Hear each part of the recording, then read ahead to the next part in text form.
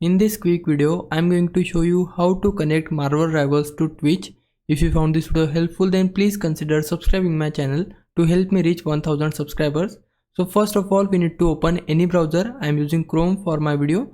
So then we just need to search here marvelrivals.com. Once you search it, it will show you this website. Go to the marvelrivals.com and then we need to tap on login to log in with our account. Once we tap on it, it will show you bunch of options to log in to your account. If you are playing your game using Steam, then select Steam and log in using your credentials.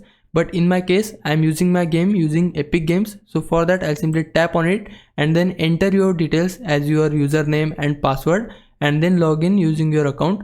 So as you can see, I have logged in here and then we need to tap on our account and then we'll see this My Account option. Once we click on it, then it will open a new page. Here we need to click on connections from here.